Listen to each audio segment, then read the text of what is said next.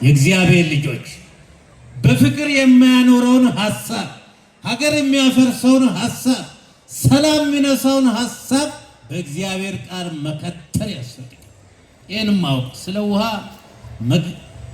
መገደብ ብቻ መናገር አይደለም።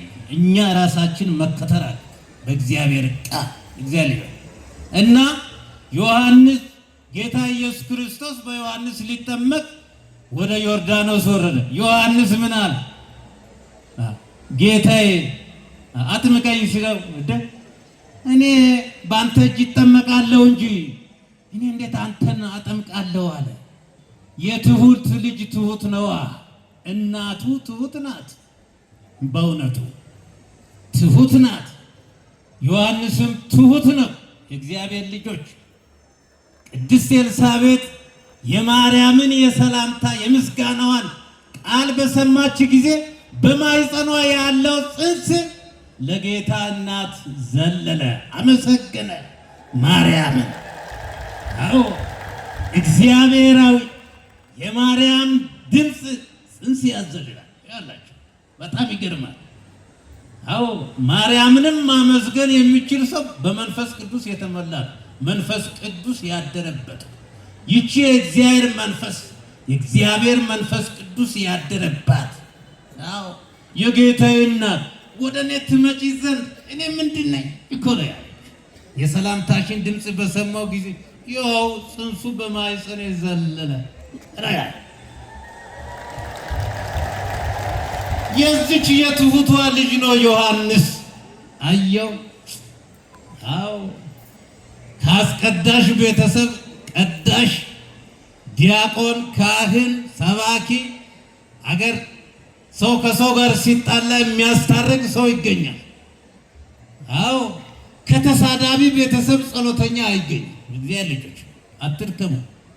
አዎ ከተሳዳቢ፣ ከአድመኛ፣ ከጎጠኛ አዎ ከእንደዚህ አይነት የተባረከ ሰው አይገኝም። ከዘራፊ ቤተሰብ ምጽዋት የሚሰጥ ልጅ አይገኝም። እግዚአብሔር ልጆች ከጸሎተኛው፣ ከአመስጋኙ፣ ሰውን ከሚያከብረው ቤተሰብ የተባረከ ልጅ ይስጣችሁ። እናንተን የሚያከብር ሃይማኖቱን የሚከተል ሀገሩን የሚወድ ዮሐንስ አንተ እሳት ነህ፣ እኔ ገለባ ነኝ። እንዴት ብዬ ከአንተ ፊት እቆማለሁ? አንተ ሰማያዊ ነህ፣ እኔ ምድራዊ ነኝ። እንዴት ብዬ ተመልከት። እኔ በዚህ ዓለም ግብር ነው የተወለድኩ፣ አንተ ግን በግብረ መንፈስ ቅዱስ ነው። እና እንዴት አንተና እኔ የትና የት? አሁን ከምድራችን የጠፋው እኮ ይሄ ነው። ሰላም የጠፋ ለምንድን ነው? ራሳችን አናይማ። ትህትና፣ ትዕግስት፣ አዎ በረከት ከምድራችን ተነሳ። በየጊዜው ለቅሶ፣ ሐዘን፣ ዋይታ ነው። እግዚአብሔር ይሄ እንዲመለስ በእግዚአብሔር ፊት ራሳችን ዝቅ እናድርግ። ጌታ እኮ ሊጠመቅ የወረደው እንደ አይሁድ ስርዓት ሊነጻ እንደ ዮሐንስ ጥምቀት ኃጢአት ኖሮበት አይደለም። ከዚህ ሁሉ ነፃ ነው ክርስቶስ። እኛን ሊያነጻ ነው የመጣ። ምንም የለበት። እግዚአብሔር ልጆች አዎ አዳም ያስወሰዳትን ልጅነት ሊመልስ ነው ወደ ዮርዳኖስ የወረደው። የእግዚአብሔር ልጆች እሱ ሲወርድ ዮርዳኖስ ግራና ቀኝ ቀጥ አለ። የወረደው እሳት ነው። እግዚአብሔር ልጆች ታምር ነው። ነድ ለማይ ባይር ከበቦ ማይ ሀበ ያሐውር ጸበቦ። እሳቱ ወደ ዮርዳኖስ ሲወርድ ውሃውን ከበበው፣ ቀጥ አለ ውሃው። ተመልከቱ፣ ተጨነቀ ዮርዳኖስ፣ ውሃው ተጨነቀ። እኛ እኮ የምናውቀው እሳት ውሃን ሲያጠፋ ነው አይደል? አሁን ደግሞ እሳቱ ውሃውን ቀጠለ። የታምር አይደለም። የክርስቶስ ነገረ ክርስቶስ በራሱ የሚገርም ነው። ከአይምሮ በላይ ነው። የእግዚአብሔር ልጆች የክርስቶስ ልደት አይገርማችሁ? ክርስቶስ ሲወለድ አዎ ኮረብቶቹ ሁሉ ተራሮቹ ሁሉ የሚበሉ ሆነዋል። ውሃዎች ሁሉ ማር ወተት ሆነዋል። ክርስቶስ ሲወለድ የእግዚአብሔር ልጆች በጣም ይገርማል። የክርስቶስን ልደት አባቶቻችን በማድነቅ ያስተምራሉ፣ ይናገራሉ። ከአባቱ የቀደመ ልጅ ይገርማል። አሁን የኛ አባት ከኛ አይቀድም? እኛን የሚወሉ ሰዎች ከኛ አይቀድሙም? አባቶቻችን አባት በመሆኑ ግን ልጁን አይቀድመው። አንድ ናቸው። አዎ አንድ ናቸው። ይኸውላችሁ ወልድ ልጅ በመሆኑ ከአባቱ አያንስም። እንደ አብርሃም ፍጥረት አይደለም። አብርሃም ይስሐቅን እንደሚያዘው አይደለም። ይስሐቅ ያዕቆብን እንደሚያዘው አይደለም። ሶስት ስም አንድ እግዚአብሔር ነው። ዓለም ከመፈጠሩ በፊት ከአብ ጋር ህልው ሆኖ የሚኖር ነው ወልድ። ያው ልዩነት የለም።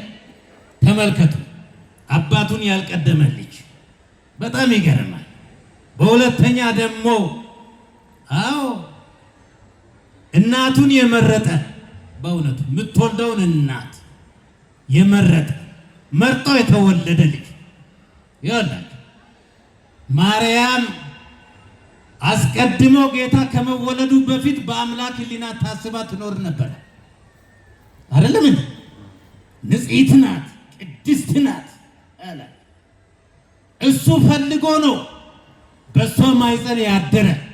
አሁን እዚህ ውስጥ መርጣችሁ ተወለዱ ብትባሉ እናንተ መልክ ያላትን ሀብት ያላትን ምላስ ያላትን መርጣችሁ እቺ እናቱን ትላለች አይደለም?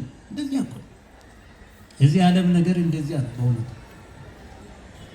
አዎ እሱ ግን ከአንስት ዓለም መርጦ እናቱ ተመልከቱ። እንደገና ጌታን የወለደች እናት እቺን ያደንቋታል፣ ትደነቃለች። እሳቱን በእጆቿ እንደዚህ የምትታቀፍ እሳቱን ክርስቶስን ጡቶቿን የድንግልና ጡቶች ማጥባት፣ በጀርባ አዝሎ መጓዝ፣ ሰማይና ምድር የማይችለውን ጌታ በማህፀን 9 ወር ከ5 ቀን መሸከም ምእመናን፣ ይሄ አይደንቅም? በጣም ለአእምሮ የረቀቀ ነው። ይሄንን አባ ጊዮርጊስ ዘጋስጫ በማድነቅ ያስተምረን የእግዚአብሔር ልጆች። እና ክርስቶስ ወደ ዮርዳኖስ ሊጠመቅ ሲሆን ግራና ቀኝ ቀጥ አለ ዮርዳኖስ፣ ኃጢአታችንም ቀጥ አለ። ዛሬ እኛ ውሃ የምንከትለው ከዮርዳኖስ የተማርነው። ክርስቶስ ሲወርድ ግራና ቀኝ ውሃው ቀጥ ነው ያለ። 5500 ዘመን ሲከሰን የነበረ ሰይጣን አንደበቱ ተዘጋ። ክብር ለአምላካችን ይሁን፣ ክብር ምስጋና ለአምላካችን ይሁን። በእውነቱ ቀጥ አለ። መርገም ከዮርዳኖስ ተነቅሎ ጠፋ ማለት ነው። ዮርዳኖስ ቀጥ አለ ማለት ቆመ ማለት መርገም ከምድረ ገጽ ጠፋ ማለት። ዮርዳኖስ ብሪት ማይፀን ሆነች። ካሁን በኋላ በቃ በጥምቀት ትወልዳለች።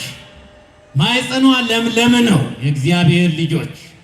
እና በሁሉ ቦታ በሚገኙ በውሃ ተጠመቀ። እንዲሁ አጠር ለማድረግ የእግዚአብሔር ልጆች ውሃ ቀለም የለውም፣ ጥምቀትም ዘር ጎሳ የለውም። በመጠመቃችን ምድራዊ ቀለም የለንም፣ ሰማያዊ ዜግነት ነው ያለን። ይህንን ነው የምናገኘው። ወደ እግዚአብሔር መንግስት ለመግባት መንገዱ ቁልፉ ጥምቀት ነው። የእግዚአብሔር ልጅ ሰው ከዋና ከመንፈስ ካልተወለደ በስተቀር የእግዚአብሔር መንግስት አይወርስም ተብሎ ማመን ያስፈልጋል፣ መጠመቅ ያስፈልጋል። ልጅነትን ያገኘ ሁሉ የመንግስተ ሰማያት ዜጋ ነው። የዛ ዜጋ ስላደረገን እግዚአብሔር ክብር ምስጋና ይግባው። ይሄ ነው እውነቱ የእግዚአብሔር ልጆች። ስለዚህ ክርስቶስ በመጠመቁ የተሰወረ አንድነት ሶስትነት ሁሉ ተገልጧል። በሌሊት ነው 10 ሰዓት፣ ሲወለድም ሌሊት ነው። ያኛው የቀደመ አባታችን አዳም በእንቅልፍ ጥሎት በምክረ ዲያብሎስ ተታሎ ወደ ጨለማው ነው የወረደው አምላክ ሆናለሁ ብሎ። እግዚአብሔር ልጆች ይሄ ዳግማዊ አዳም ክርስቶስ ኢየሱስ የሱን እንቅልፍ ሊያስወግድ እኛን ነፃ ሊያወጣ ሌሊት ተወለደ፣ ሌሊት ተጠመቀ፣ ሌሊት ተነሳ። እግዚአብሔር ልጆች አዎ ሌሊት መወለዱ፣ ሌሊት መጠመቁ፣ ሌሊት ሙስና መቃብርን ድል አድርጎ መነሳቱ ከጨለመ በኋላ ይነጋል። ከብዙ ችግር በኋላ ከለቅሶ በኋላ ከሐዘን በኋላ ደስታ አለ። እዚያውን የተጨነቃችሁ የጨለመባችሁ ሕይወት ብርቱ ሰልፍ የሆነባችሁ ወገን ዘመድ የከዳችሁ ያጣችሁ የነጣችሁ ዛሬ ታለቅሳላችሁ። በሚቀጥለው በአባታችሁ መንግስት እንደ ፀሐይ ትበራላችሁ። ዛሬ የምታዝኑ ንስሐ ገብታችሁ ስለ ኃጢአታችሁ፣ ስለ ሀገራችሁ፣ ስለ ወገናችሁ ምታለቅሱ ምታዝኑ ሰሚ ያጣው ብላችሁ የምትጮሁ ፍትህ ያጣችሁ ነገ ክርስቶስ ይፈርድላችኋል። ድሉ ለእናንተ። አይዟችሁ፣ ፈተናውን ትሻገራላችሁ። እንሻገራለን። ማን ያሻግረናል? እግዚአብሔር ያሻግረን። እግዚአብሔር ያሻግረን። ስለዚህ እንዲያው ስለ ውሃ መከተር ብቻ አተው ስለ ራሳችን ይሄ በዓል ከሞት ወደ ሕይወት የተሸጋገርንበት በዓል ሰላም ያገኝንበት 5500 ዘመን ይከሰን የነበረ የዕዳ ደብዳቤ የተሰረዘበት በዓል ነው። የእግዚአብሔር ልጆች ዳግም ክርስቶስ ለባዊ ክርስቶስ አዎ በጥምቀት ዳግም ሰርቶናል። እኛ አዎ አንድ ሸክላ የምትሰራ ሸክላው ቢሰበርበት መልሳ በውሃ ከስክሳ ምን ብላ ወደ ቀደመ ቦታ ትመልሷል። እኛም ገላ ሰውነታችን ቢሰበር ክርስቶስ በማየ ጥምቀት ሰራ ያላችሁ አደሰ። አዎ ሰራ። ተሰብረን ነበር፣ ጸጋችን ተገፎ ነበረ፣ ከእግዚአብሔር ተለይተን ነበር። በመጠመቁ የዕዳ ደብዳቤያችን በመሰረዙ በመጥፋቱ ወደ ቀደመ ቦታችን ተመለስን። እግዚአብሔር ክብር ምስጋና ይግባው። አይደለም በዝማሬ በጸሎት በመሐላ እርስ በርስ በመዋደድ ነው የእግዚአብሔር ልጆች። አዎ በእግዚአብሔር ቃል በቅዱሱ መጽሐፍ ቅዱስ የሰፈረ ማንም ሊሰርዘው የማይችለው በዓል ነው። እውነታው ይሄ ነው የእግዚአብሔር ልጆች። ስለዚህ የተጣላን ታርቀን የበደል ክሰን ኃጢአታችንን ተናዘን ስጋውን በልተን ደሙን ጠጥተን በዝማሬ ከመላእክት ጋር አንድ ላይ ሆነን ይህን በዓል ማክበር አለ። የእግዚአብሔር ልጆች የምንለወጥበት በዓል፣ ቀና የምንልበት በዓል፣ ሰላም ያገኘንበት በዓል ነውና ለዚህ ሰዓት ስላደረሰን እግዚአብሔር ክብር ምስጋና ይግባው። እግዚአብሔር ክብር ምስጋና ይግባው። እንግዲህ አሁን ይሄ ሁሉ ስብከት፣ ይሄ ሁሉ ዝማሬ፣ ይሄ ሁሉ ጉዞ ወዴት ነው? ለስጋው ለደሙ ወደዚያ ለመድረስ ነው። እግዚአብሔር ልጆች ራብተኛ አንሁን። የክርስቶስን ስጋና ደም መብላት መጠጣት ይገባል። ለነገ ለዛሬ የሚባል ነገር የለም። ይህን ሰዓት የሰጠን እግዚአብሔር ነው። ጤናችንን የሰጠ እግዚአብሔር ነው። ሰላማችንን የሰጠ ቀን ሳላችሁ ነው ስራ መስራት ያለባችሁ። ቀን ሳለኝ የላከኝን ስራ መፈጸም አለብኝ ለእግዚአብሔር ልጆች። እኛም ቀን ማንሰራባት ሌሊት ትመጣለች። በዚያ ሰዓት እንዳናለቅስ እግዚአብሔር ልጆች፣ ወጣቶች አንደበታችሁ ለዝማሬ ይከፈት፣ እጆቻችሁ ለስጦታ ለቡራኬ፣ እግሮቻችሁ ወደ ለመለመው መስክ ለመጓዝ አዎ መፍጠን ይኖርብናል። ለንስሐ ለስጋው ለደሙ ክንፍ አውጥተን መብረር አለብን።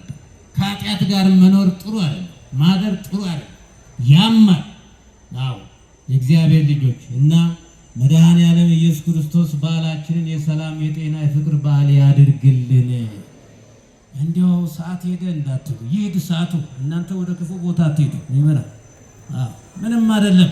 እችን በዓል በአንድ ዓመት ማን ቢያደርሰን ነው የደረስነው? እግዚአብሔርን ማመስገን ይገባል። እግዚአብሔርን ማመስገን ይገባል። በእልልታ በጭብጨባ በምስጋና በደስታ ይህን ሰዓት ስለሰጠን ያመስግኑ እግዚአብሔር። እና ከሌሊቱ ማህሌቱ ይጀመራል። ከአሁን ሰዓት ጀምሮ ቅዳሴው ይኸው ሁላችንም እንግዲህ በዚሁ ተገኝተን እግዚአብሔር እንድናመሰግን እግዚአብሔር ቅዱስ ፈቃዱ ይሁንልን።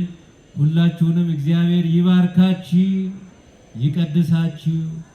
ወደ ቤታችሁ ስትሄዱ በረከቱ ፍቅሩ ይብዛላችሁ። ቅድስት ድንግል ማርያም ከፊታችሁ ትሂድላችሁ። የሚፈታተናችሁን ሰይጣን ያርቅላችሁ። በእጆቻችሁ የጨበጣችሁት በእግሮቻችሁ የተረገጣችሁት በልቡናችሁ ያሰባችሁትን ሁሉ በአንደበታችሁ የተናገራችሁትን ሁሉ እግዚአብሔር ያስምርላችሁ። ከዚህ ከቅዱሱ ስፍራ እንደቆማችሁ ድንግል ማርያም በኑሯችሁ በሕይወታችሁ በትዳራችሁ ትቁምላችሁ። ያለቀሳችሁበትን ያዘናችሁበትን ነገር ሁሉ እግዚአብሔር ከልቡናችሁ አውልቆ ያጥፋላችሁ። ለዓለም ሁሉ ሰላሙን ይስጥ እግዚአብሔር። ከእናንተ ርቀው ላሉት ለወገኖቻችሁ ሁሉ ባሉበት ሰላሙን ፍቅሩን ያብዛል። ለልጆቻችሁም ጸልዩ። በእውነቱ እንዲሁ ልጆቻችሁ ውጭ ሆነው ገንዘብ ስለሚልኩ ይህን ፉከራ ሽለላ ብላችሁ አታው። እነሱ ያሉበትን እነሱና እግዚአብሔር ያውቃል። በእውነቱ ዓለሙ ከባድ ውጥረት ውስጥ ነው ያለችው። እግዚአብሔር ልጆች እግዚአብሔርን አምልከው እንደናንተ በሰላም እንዲኖሩ የናንተ ልጆች፣ የናንተ ወንድሞች፣ የናንተ እህቶች ጸልዩላችሁ። በእውነቱ መጸለይ ይገባል። እናንተንም እዚህ ያላችሁትን በሃይማኖት በምግባር ያጽናችሁ፣ በሰላም በሕይወት ያሳድረን። በዓሉን የሰላም የጤና በዓል ያድርግልን። ይቆየን። እግዚአብሔር ከሁላችሁ ጋር ይሁን።